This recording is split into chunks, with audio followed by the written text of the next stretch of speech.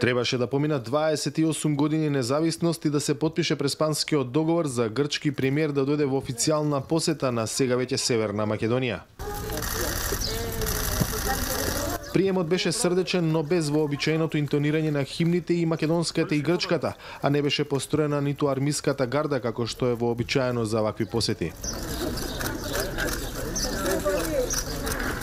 Посетата Ципре се стави во регионален контекст. Она што се сметаше за невозможно сега е реалност, рече грчкиот премиер. Македонија θα έλεγα είναι μια σημαντική στιγμή, μια σημαντική μέρα για τα Βαλκάνια. Овој состанок е од особена важност за Грција и за Северна Македонија. Важен ден за Балканот затоа што се обидуваме да изградиме поинаков наратив.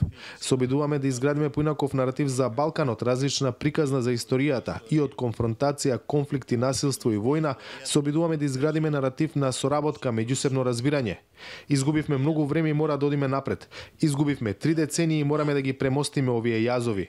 Она што изгледаше невозможно, денес е реалност.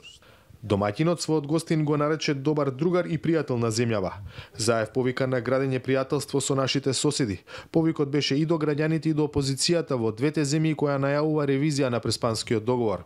И јас верувам дека и господинот Мицотакис и господинот Мицковски, кои што се претседатели на најголемите опозициони партии, само низ текот на времето ќе дават поддршка на добрите соработки, на новите можности кои што се отвараат, на сериозните перспективи кои што ги има пред нас, заради тоа што тоа е прагма, тоа е политика.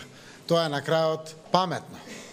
Да бидете поддржувач на она што народот го сака и од кое што народот има придобивки.